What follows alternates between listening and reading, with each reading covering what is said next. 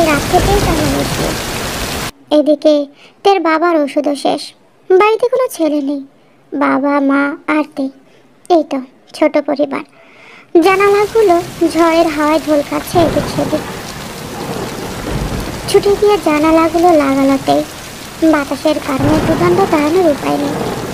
এলো চুলগুলো হাতে খোপা করতেই মায়ের ডাক, তেই তেই, মা একটু আয় তো।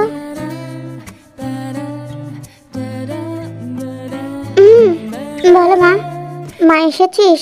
দেখ না কাউকে দিয়ে ওষুধ আনা যায় কিনা, তোর বাবার শ্বাসের রোগটা ফের বেড়ে গেছে রে। ঝটপট বাবার দিকে ফিরে তাকালো তে। খা খা কাশি আর ঘন ঘন শ্বাস। ভদ্রলোক কাল রাত্রি থেকে কষ্টে আছেন। মা এখনো তাকিয়ে আছে তের দিকে। তাই নিজ স্বরে বলছে, আমি দেখছি মা, কি করা যায়। তুমি চিন্তা করো না, আমি জানি ওষুধ এনে দেওয়ার মতো কোনো লোক নেই। কাল রাত্রিরে কতবার খোঁজ করলাম, কেউ এই ঝড় বৃষ্টিতে বেরি হবে না। এদিকে বাবার শ্বাসের রোগটাও ফেলে রাখার বিষয় না। ওষুধ না দিলে দেখা যাবে পরে হাসপাতালে ছুটতে হবে। তার থেকে বরং আমি ওষুধটা নিয়ে আসি। বাসার পুরনো একটা ছাতা আছে, কালো রঙের, মোটা হাতল। সেটা হাতে বের হইতেই গেটের কাছে এসে চাতক পাখির মতো দাঁড়িয়ে থাকে রিক্সার অপেক্ষায়।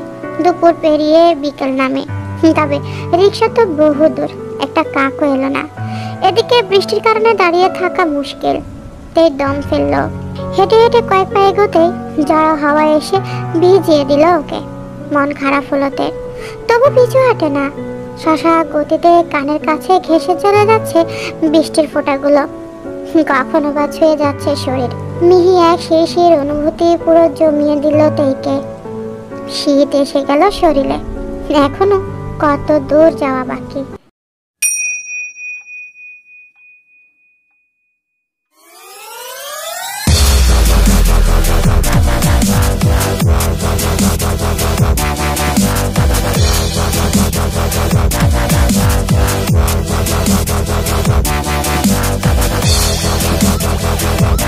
এই যে শুনছেন, এই যে মিস শুনছেন, এক্সকিউজ মি। পেছন থেকে কারোর ডাকে পিছনে ফিরে তাকালোতে হেলমেট পরা একটা ছেলে বাইক থেকে নেমে এলো। ছট করে চলে এলো তের ছাতার নিচে। বিস্মিততেই কথা হারিয়ে ফেলেছে, কি প্রতিক্রিয়া করে বুঝতে পারছে না। ছেলেটা হাত দিয়ে চুলগুলো ঝাড়া দিতে পানি এসে লাগলো তের মুখে। তে এবার নাক কুচকে ফেলে, আর সেটা দেখে জাঙ্কুক হাসে। ছেলেটির নাম জাঙ্কুক। আম সরি। বিশেষ কোনো পরিবর্তন এলো না তের মাঝে। তে একটু সরতে চেয়েছি, উঠল জাঙ্কুক। আরে আরে কি করছেন, ভিজে যাচ্ছি তো। এমনি তো ভিজে গেছেন আপনি, সরেন এখন। আপনিও তো ভিজে গেছেন তো। মাথায় ছাতা কেন? আমার ইচ্ছে। বিরক্ত করছেন কেন? কাজ নেই না? নেই তো, তাই তো চলে এসেছি। এই লোকটার সাথে কথা বলে বিশেষ কোনো লাভ নেই, এর থেকে ভালো আমি আমার রাস্তায় হাঁটি। তাই করলো। জাঙ্কুক ফের চলে এলো। ছেলেটা বেশ লম্বা। ছাতার নিচে আসতে তের হাত উঁচু হয়ে গেল বিনা অনুমতিতে। জাঙ্কুক ছাতাটা ধরার জন্য হাত বাড়াতে তেই বলল, কোনো দরকার নেই, আপনি আপনার রাস্তায় যান। যাচ্ছি তো। তাহলে দাঁড়িয়ে আছেন যে? এটাই তো আমার রাস্তা। অদ্ভুত তো, এই ঝড়ের বৃষ্টিতে কাকপক্ষী অব্দি নেই। সরেন, আমার যেতে হবে। তো আমি কি ধরে রেখেছি? সত্যি তো, উনি তো আমাকে ধরে রাখেনি। তাই কথার আর প্যাচ কাটালো না। একটু পথ যেতেই ফের চলে এলো জাঙ্কুক। আবার অস্বস্তি হচ্ছে তে জামার কোণ চেপে শ্বাস নিল। শীতে কেঁপে উঠল ঠোঁট। জাঙ্কুক হাত বাড়াতেই তাই প্রতিবাদ করে ওঠে, খবরদার, কোনো অসভ্যতাম করবেন না, আমি কিন্তু তাহলে। বলে থেমে যায় তাই। চারপাশে মানুষ নেই, চেঁচালেও বিশেষ কোনো লাভ হবে না। জাঙ্কুক ফ্যাল ফ্যাল করে তাকিয়ে আছে তের দিকে। তে আলগোছে ওনা ঠিক করলো। শুকনো ঢোক গিলে ফের এগোলোতেই। এদিকে জাঙ্কুকের শরীরও কাক ভেজা। অনেক সময় ধরে ভেজা শরীরের ঠান্ডা না লাগলেই হয়। তে অবশ্য সেসবের পাত্তা দিচ্ছে না, কিন্তু কিছু পথ এগিয়ে পেছনে তাকালো একবার। জাঙ্কুক নেই। তেই যেন হাফ ছেড়ে বাঁচে। যবে থেকে বাসায় উঠেছে তখন থেকে ছেলেটা আমার পেছনে লেগে আছে। বাসাটাও চেঞ্জ করার কোনো উপায় নেই। সমস্ত ভাবনা ফেলে তেই যখনই আগাবে অমনি জাঙ্কুকের বুকে এসে ঠুকে গেল তের মাথা।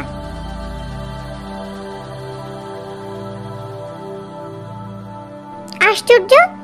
চোখ লাল করে তাকালো তে কিছু বলতে যাবে ঠিক তখনই জাঙ্কুক তের দিকে একটা ব্যাগ বাড়িয়ে দিল। ব্যাগের গায়ে বড় বড় অক্ষরে লেখা মেডিসিন। অবাক হয়ে তাকালো তে। বুয়ার থেকে শুনেছি আঙ্কেলের ওষুধ শেষ। এই ঝড় বৃষ্টিতে আপনি বাইরে যেতে পারছেন না, তাই নিয়ে এলাম। অথচ গিয়ে দেখি আপনি নেই। জাঙ্কুকের কথায় তেই হারিয়ে যায়। জাঙ্কুক ওষুধের ব্যাগ তুলে দেয় তের হাতে। জাঙ্কুকের হাতের স্পর্শ লাগতে তের বুকটা ধুপ করে ওঠে। জাঙ্কুক হাসে, ফের মুখের কাছে এসে চুল ঝাড়ে। এবার কিছু বলে না তে। চলে যায় জাঙ্কুক। তে তাকালো, দৃষ্টিতে বিস্ময়। শুনুন। জাঙ্কুক শুনে পিছনে ফিরে ইশারা করে। তে এগিয়ে আসে। জাঙ্কুকের মাথায় ছাতা ধরলো তে। এত কষ্ট না করলেও পারতেন, আর ঝড় বৃষ্টির মাঝে ছাতা ছাড়া এভাবে বের হয়েছেন কেন? ঠোঁটের কোণটা প্রসারিত করলো জাঙ্কুক।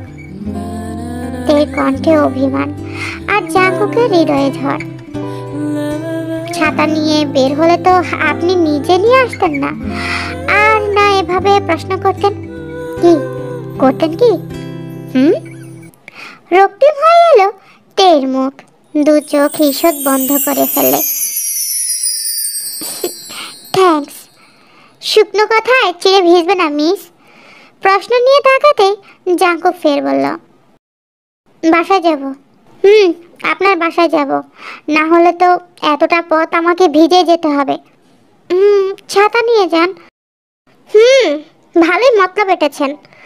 ছাতাটা নিয়ে বাইক চালাতে যাই আর সোজা উপরে চলে যাই। ছি ছি, এমন কোনো বিষয় না। আর আপনি এমন ধরনের কথা বললেন কেন? এটা বলা আপনার একদম উচিত হয়নি। তাহলে আসেন। কোথায়? ছাতা ধরবেন? আমি? তো আর কি কেউ আছে নাকি? না মানে, আরে আসেন তো বলেই জাঙ্কুক তের হাতটা ধরে। বিদ্যুৎ খেলে যায় তের শরীরে।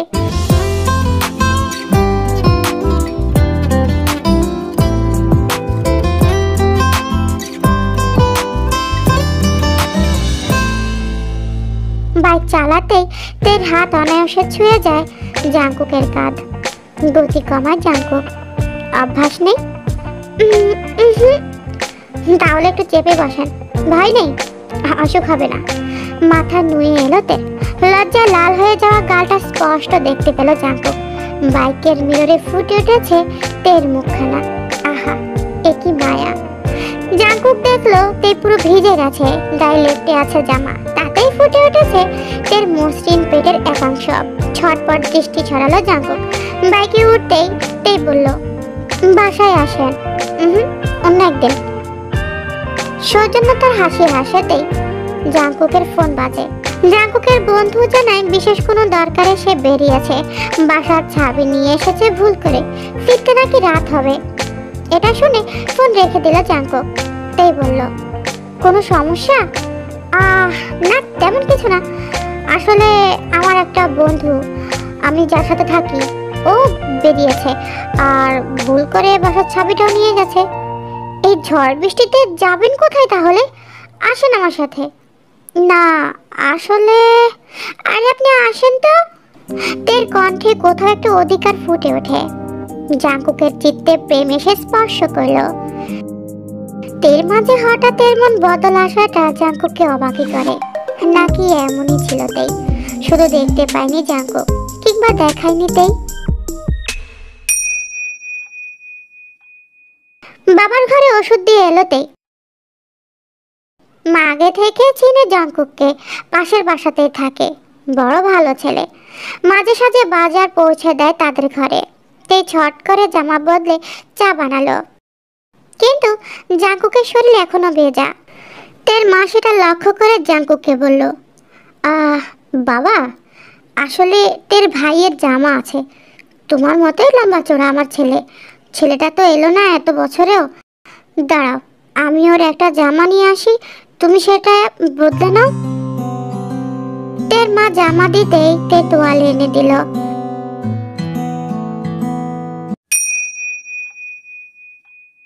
সন্ধ্যা নেমে এসেছে, আকাশ মেঘলা আর রক্তিম, ভারী সুন্দর লাগছে।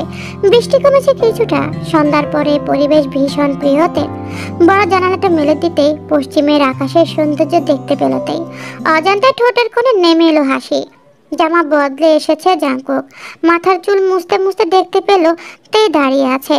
বাতাসে উড়ছে কোমল সম চুলগুলো। একটু ভালো করে লক্ষ্য করতে জাঙ্কুক দেখলো তের বর্ষা কোমল মেধির উধর দৃশ্যমান। বাতাস এসে এলোমেলো করছে হুটহাট করে। জাঙ্কুক এবার নিয়ন্ত্রণ হারালো। এরই মাঝে বিদ্যুৎ চলে গেছে। সন্ধ্যা শেষের আলোটুকু তের সৌন্দর্যকে আরো বৃদ্ধি করে দিয়েছে কয়েকগুণ। জাঙ্কুক কখন যে মেয়েটির নিকটে চলে এসেছে তা জাঙ্কুকের অজানা। আর তে এদিকে ধ্যানে মগ্ন। এত সুন্দর কেন এই প্রেমময় পরিবেশ? সূর্য ডুবেছে। ধ্যান ভেঙে তে যখন পিছনে ফিরল তখন জাঙ্কুকর খুব নিকটে। তের হৃদয়টা চমকে উঠল। জাঙ্কুকের শীতল হাতগুলো তের গাল ছুঁয়েছে। তে কেঁপে উঠেছে।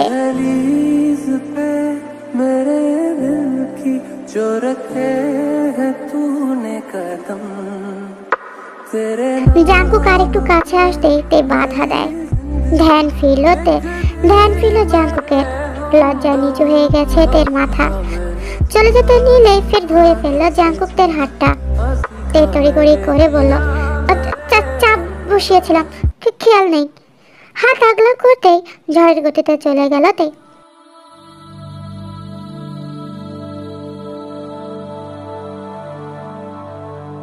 চা নামিয়ে নিয়ে এলো 2 কাপে।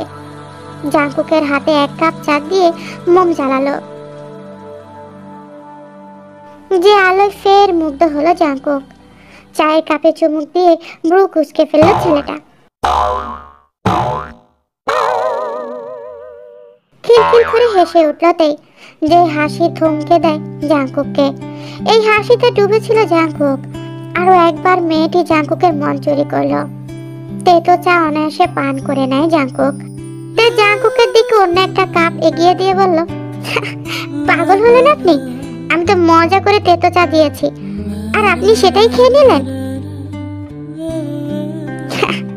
তেই আপনি দিলে তো বিষও পান করে নেব অনায়াসে। আর এটা তো সামান্য তিক্ত চা। নিরুত্তর রইল তেই। জানালার ধারে এসে বসলো দুজন। মেঘ সরে গিয়ে দৃশ্যমান হলো চাঁদ। তের খুব ইচ্ছে হয় জাঙ্কুকের কাঁধে মাথা রাখার। তের ভাবনা শেষ হওয়ার পূর্বে জাঙ্কুক বলল, কাঁধে মাথা রাখবেন? তেই চমকে উঠে তেই। জাঙ্কুক হাসে। তের উত্তরের প্রয়োজন মনে করল না। টেনে নিল বুকের মধ্যেখানে। তেই নিশ্চুপ। ভালো লাগছে ওর। ইস, এইভাবে যদি আজীবন জাঙ্কুক আমার কাছে থেকে যেত। তেকে ফের অবাক করে দিয়ে জাঙ্কুক বলল, ভয় নেই তে, আমি আছি তো, যাচ্ছি না। আপনাকে ছেড়ে কোথাও যাব না। আপনি যে আমার প্রিয়া।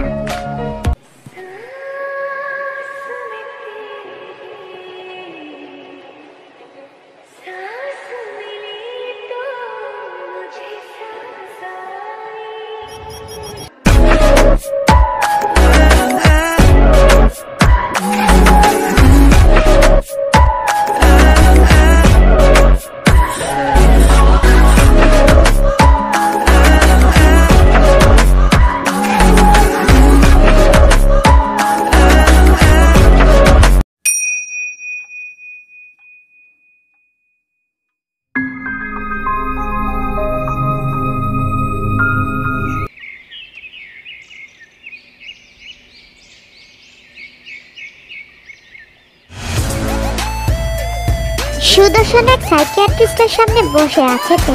দীর্ঘক্ষণ বাদে শুকনো ডগ গিলে বলল সে, জানেন আমার একটা সমস্যা হলো, আমি শুধু ক্রাশ খাই, ছেলেদের উপরে ক্রাশ খাই। ডেস্কের ওপাশে রকিং চেয়ারে বসে থাকা 27 বছর বয়সী জাঙ্কুক চমকে উঠল। কি সাংঘাতিক কথাবার্তা! জাঙ্কুক বড় বড় চোখে অপোজিটে বসে থাকা তের দিকে তাকালো। ছিপছিপে গড়নে ভারী মিষ্টি একটা মেয়ে, প্রথম দেখে যে কারো মনে ধরে যাবে। এত সুন্দর একটা মেয়ে, এত সুন্দর একটা মেয়ে মেন্টালি সিক ভেবে কিছুটা মনক্ষুণ্ণ হলো জাঙ্কুকের। জাঙ্কুক যথাসম্ভব বিনিময় সহিত প্রশ্ন করলো তেকে, মিস তেই, আপনি কি একা এসেছেন? না তো, আমি তো একা আসিনি ডক্টর, আমার মামনি এসেছে আমার সাথে। এখন কয়টা বাজে বলুন তো? আপনার বাম হাতের ব্ল্যাক কালারের ঘড়ির দিকে তাকান, দেখতেই পাবেন। আমি সময় বলার জন্য এখানে আসিনি, বুঝেছেন? সাক্ষ্য নড়চড়ে বসলো জাঙ্কুক। মেয়েটাকে তো মেন্টালি সিক মনে হচ্ছে না। সঙ্গত কারণে তাকে কথার প্যাচে ফেলতে যাচ্ছে জাঙ্কুক। মিস তেই, মনে করুন আজ থেকে এই মুহূর্ত থেকে আমি আপনার বন্ধু, সবচেয়ে কাছের বন্ধু। এবার বন্ধু মনে করে আপনার সব সমস্যা আমাকে বলুন তো, আমি শুনি আপনার কি সমস্যা। আসলে আমার কোনো সমস্যাই নেই ডক্টর, আমার সমস্যা একটাই, সেটা হলো আমি শুধু ছেলেদের উপরে ক্রাশ খাই। বিষয়টা সমস্যা হতো না যদি আমি একটা ছেলের উপরে ক্রাশ খেতাম। আসলে আমার এই ক্রেজিনেস একটা ছেলের জন্য সীমাবদ্ধ নয়। প্লিজ খুলে বলুন তো। কি খুলে বলবো? হ্যাঁ, দ্বিতীয়বারের মতো থতমত খেয়ে গেল জাঙ্কুক। চোখের মনি এপাশ ওপাশ ঘুরিয়ে বলল, আই মিন আপনার সমস্যা সম্পর্কে আরো ডিটেলসে বলুন, যা জানেন সব বলুন। তাহলে শুরু থেকে বলি। আচ্ছা শুনুন, মূলত আমার সমস্যাটা দেখা দেয় ছোটবেলা থেকে। তখন আমি সদ্য ক্লাস 4-এ পড়ি। মার্চ মাসের শেষের দিকে আমাদের ক্লাসে একটা ছেলে ট্রান্সফার হয়ে নতুন ভর্তি হলো। গোল গোল চোখের কিউট একটা ছেলে। ছেলেটাকে আমার ভালো লেগে গেল। সবসময় ওর সাথে কথা বলি, একসাথে ঘোরাফেরা করি, অনেক কিছু। তখন ক্রাশ জিনিসটা বুঝতাম না। তারপরে ক্লাস 5-এ জানুয়ারির ছুটিতে আমি গাজীপুর গেলাম আমার এক কাজিনের বাসায়। সেখানে কাজিন যে বাসায় ভাড়া থাকে সেই বাড়িওয়ালার ছেলের সাথে আমার দেখা হলো। আবারও সখ্যতা গড়ে উঠল আমাদের। আমরা দুজনে ক্লাস 5-এ পড়তাম। ওর সাথে হাসি তামাশা, দৌড়ঝাঁপ, অনেক কিছু করতাম। 1 মাস পর স্কুলে এসে বুঝতে পারলাম আমারও ট্রান্সকৃত নতুন ছেলেটাকে আর ভালো লাগে না। সবসময় শুধু বাড়িওয়ালার ছেলেটার কথা মনে পড়তো, খুব মিস করতাম তাকে। এরপর হাই স্কুলে উঠলাম। প্রথম দিকে স্কুলে যেতেই আমাকে দেখে শ্যামবর্ণের লম্বা একটা ছেলে গান ধরলো, 100% লাভ লাভ লাভ লাভ। ব্যাস, গান শুনে ছেলেটার উপর ক্রাশ খেলাম। আমার এই ভালো লাগা 1 বছর স্থায়ী হলো। জানেন, 7-এ যেখানে কোচিং শুরু করি সেখানকার এক সিনিয়রকে ভালো লেগে গেল। বৃষ্টির দিনে কোচিংয়ের গেটের সামনে পড়ে গেছিলাম। সেটা দেখে সিনিয়র ভাইয়াটা হেসেছিল। সেই হাসি প্রেমে পড়ে গেলাম আমি। তাকে নিয়ে হাজারো জল্পনা কল্পনা শুরু করে দিলাম। তবে এই প্রেমেরও স্থায়িত্বকাল 1 বছর কয়েক মাস। ক্লাস 8-এ ওঠার পর স্কুলের হেড টিচার চেঞ্জ হলো। টাকলা মাথার নতুন এক স্যার এলো, আর সেই সাথে এলো স্যারের ক্লাস 8-এ পড়ুয়া ছেলে। 2 দিন যেতে না যেতে সেই ছেলের উপর আবার ক্রাশ খেলাম আমি। তাকে নিয়ে কল্পনার বার্ধক্যের শহর দেখলাম, আরও কত কি। ঠিক 9-এ ওঠার পর আর ভালো লাগলো না আমার ছেলেটাকে। আমি তখন আমার এক ক্লাসমেটের বন্ধুর প্রেমে হাউডুবু খাচ্ছি। এটাও 1 বছরের বেশি স্থায়ী হলো না। তারপর ক্লাস 10-এ ওঠার পর ক্রাশ খেলাম মামাতো বোনের বিয়েতে গিয়ে, বোনের দেবরের উপর। তাকে নিয়ে নতুন করে স্বপ্ন সাজাতে বসলাম আর মনে মনে প্রতিজ্ঞা করলাম এটাই যেন শেষ ভালো লাগা হয়। কিন্তু প্রতিজ্ঞাটা টিকলো কই? ঠিক পরের বছর কম্পিউটার স্যারের সাথে দেখা পর্যন্তই টিকলো। 2017 সালে এসএসসি শেষে আমি কম্পিউটার কোর্সে ভর্তি হলাম। প্রথম দিনই স্যারের কণ্ঠের উপরে ক্রাশ খেলাম। তারপর তাকে নিয়ে নতুন করে কল্পনার শহর বুনতে লাগলাম, কিন্তু সেটাও বেশি দিন টিকলো না। কলেজের প্রথম বর্ষে হোস্টেলে উঠে যাওয়ার পর ক্রাশ খেলাম সামনে ফ্ল্যাটের একটা ছেলের উপর। মাঝে মধ্যে জানালা দিয়ে উকি ঝুঁকি মারলে একটু দেখা যেত ওকে। তো তাকে নিয়ে কত স্বপ্ন আমার, দুজনে বিয়ে করব, কিভাবে সংসার করব, কতগুলো বাচ্চা নিব, মনে মনে সব বাবা শেষ আমার। ইতিমধ্যে সেকেন্ড ইয়ারে উঠে গেছি। হঠাৎ করে প্রাণীবিজ্ঞান ক্লাসে দেখি সুদর্শন এক স্যার, ঠোঁটের কোণে অনবরত হাসি ঝুলে রাখা। ব্যাস, আমার হোস্টেলের সামনে ফ্ল্যাটের ছেলে মাথা থেকে হাওয়া হয়ে গেল। নতুন করে স্বপ্ন দেখতে শুরু করলাম সদ্য ভার্সিটি শেষ করা স্যারকে ঘিরে। কিন্তু এটাও 1 বছর স্থায়ী হলো। এইচএসসি পরীক্ষা শেষে ভর্তি কোচিংয়ে গিয়ে দেখি ছেলেদের বহর, যারা দেখি তারই ভালো লাগে। মানে কি যে সমস্যায় পড়লাম। এর মধ্যে সবচেয়ে ভালো লাগলো কোচিনের নিচতলার ক্যান্টিনের ভাইয়াটাকে। আমি ওনাকে দেখার জন্য দিনের মধ্যে 20 বার দোকানে যেতাম, ভাবতে পারেন। পরে এক পর্যায়ে রুমে সবগুলো মেয়ের প্রয়োজনীয় টুকিটাকি জিনিস কেনার অজুহাতে দোকানে চলে যেতাম আমি। এরপর ভর্তি পরীক্ষা দিলাম, পাবলিক বিশ্ববিদ্যালয়ে চান্স পেলাম। প্রথম দিন ভার্সিটিতে ঢুকতেই বিএনসিসির এক ভাইয়ের উপর ক্রাশ খেলাম আবারও। তার ডিপার্টমেন্ট খুঁজে বের করলাম। 1 বছর লুকিয়ে ঝুঁকিয়ে দেখলাম ওনাকে। বিপত্তি ঘটল 2020-এ এসে।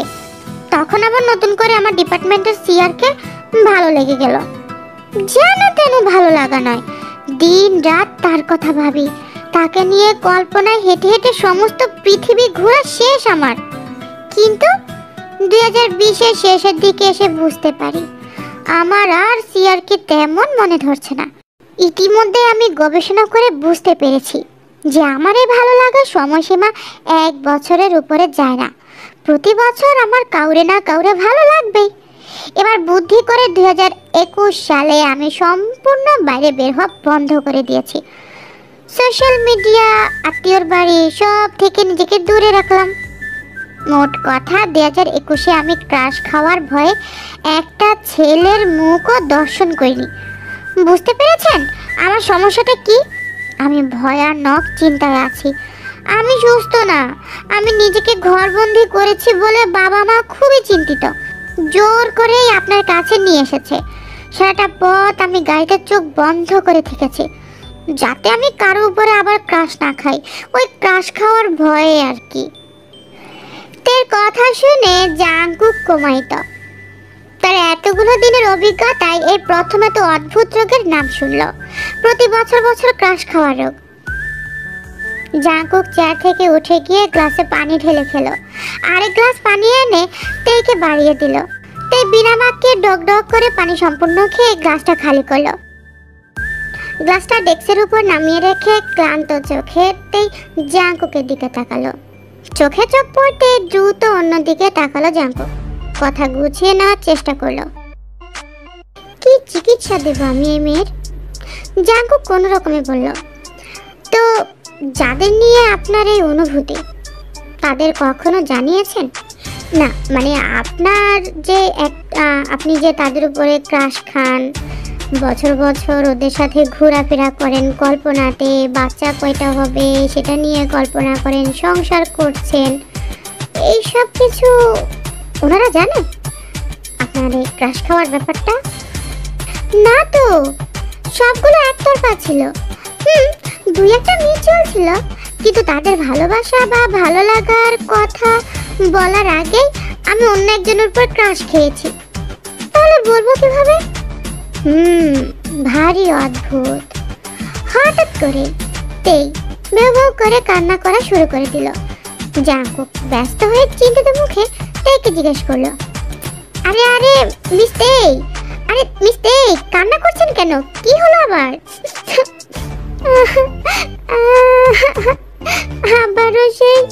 আবারও সেইটাই হলো। কি হয়েছে? যেই ভয়ে ছিলাম সেটাই হলো। আমি আবারও ক্রাশ খেয়েছি নতুন করে।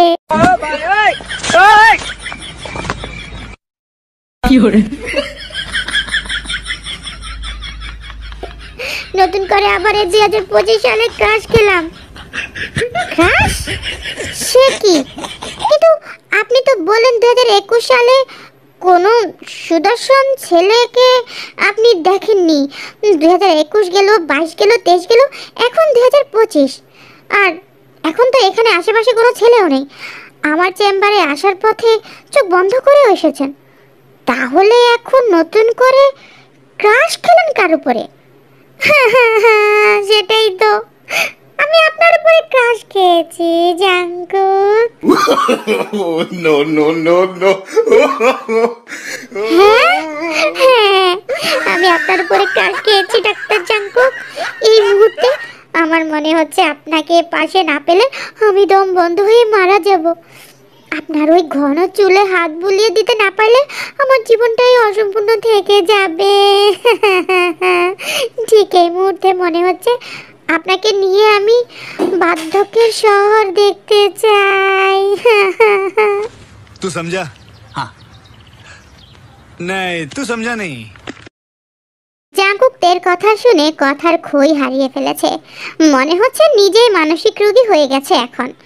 জাঙ্কুক হাত পা এলিয়ে দিয়ে বিড়বিড় করে কিছু একটা ভাবলেন, যা নিজের কাছে অস্পষ্ট। लेकिन तू कर भी क्या सकता है यार? हाँ मैं कर क्या सकता हूँ, मैंने है ना फैसला किया है। कर एक फैसला किया। तू कुछ नहीं कर सकता। मैं कुछ नहीं कर सकता हूँ, मैं कुछ नहीं कर सकता। अब मैं बताता हूँ मैं क्या कर सकता हूँ। मैं ना मैं क्या कर सकता हूँ यार। তে নাক টেনে গাল মুছে বলল,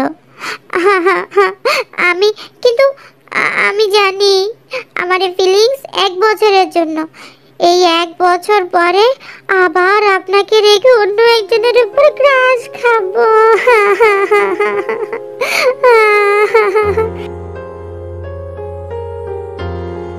জাঙ্কুক অগোছালো দৃষ্টি মেলে তের দিকে তাকালো। কিছুক্ষণ কান্না করে মেয়েটার নাক লাল হয়ে গেছে, চোখের নিচে ফুলে গেছে, কাজল লেপটে গেছে, স্নিগ্ধ ঠোঁট যুগল সূক্ষ্ম হয়ে গেছে।